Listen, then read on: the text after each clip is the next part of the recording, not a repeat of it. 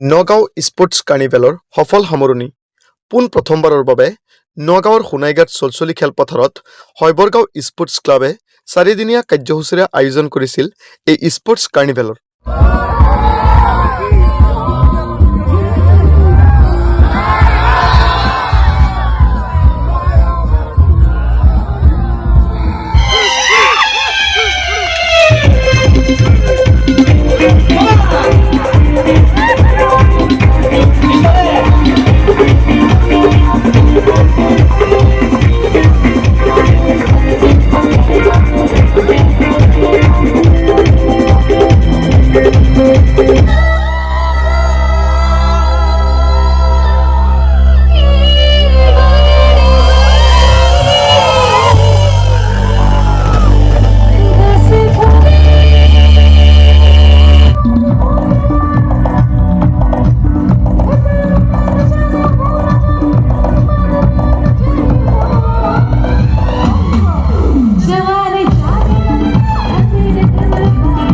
জানুৱাৰীৰ পৰা 31 জানুৱাৰীলৈকে অনুষ্ঠিত হোৱা এই কাৰ্নিভেলত ক্ৰিকেট, বেডমিণ্টন, কাবাডী, চেছৰ লগতে ভলীবল খেল অনুষ্ঠিত কৰা হৈছিল।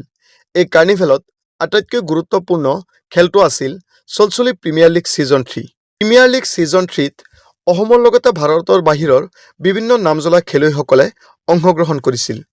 এই কাৰ্নিভেলত খেলৰ লগতে প্ৰত্যেকটো নিশাই অসমৰ জনপ্ৰিয় বিভিন্ন কণ্ঠশিল্পীৰ সাংস্কৃতিক অনুষ্ঠান অনুষ্ঠিত কৰা হৈছিল।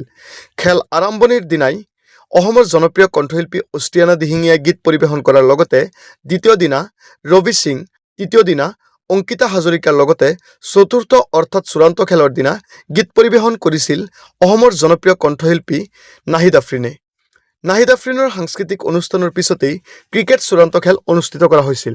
চূড়ান্ত খেলত নগাঁও ডিমৰুগুৰিৰ নাহৰ দলে জয়লাভ কৰি 5 লাখ নগদ ধনৰ লগতে ট্ৰফি আৰু বিজেতা দল কিং স্পৰ্টছ হোজায়ে 2,50,000 টকাৰ লগতে ট্ৰফি লাভ কৰাৰ উপৰিও মেন অফ দ্য চিৰিজ হিচাপে কিং স্পৰ্টছ দলৰ বেংগলোৰৰ খেলুৱৈ চান্দে বাইক লাভ কৰাৰ লগতে বিভিন্ন খেলুৱৈসকলে বিভিন্ন পাৰদৰ্শিতাৰ বাবে বিভিন্ন উপহাৰসমূহ লাভ কৰিছিল। উল্লেখ্য যে এই খেলৰ আৰম্ভণিৰ দিনাই MLA 11 আৰু DC 11ৰ মাজত অনুষ্ঠিত হোৱা খেলত নগাঁও বট্ৰডুবা সমষ্টিৰ বিধায়ক ৰূপক শৰ্মাই জয়লাভ কৰিছিল। মন কৰিবলগীয়া যে নগাঁও জিলাত প্ৰথমবাৰৰ বাবে নগাঁও স্পৰ্টছ কাৰ্নিভেলৰ আয়োজন কৰা পৰিচালনা কমিটিৰ সভাপতিৰ দায়িত্বত আছিল নগাঁৱৰ সু চিকিৎসক তথা ৰিলিফ পলিক্লিনিকৰ স্বত্বাধিকাৰী ডাক্তৰ আৰিফুল হক।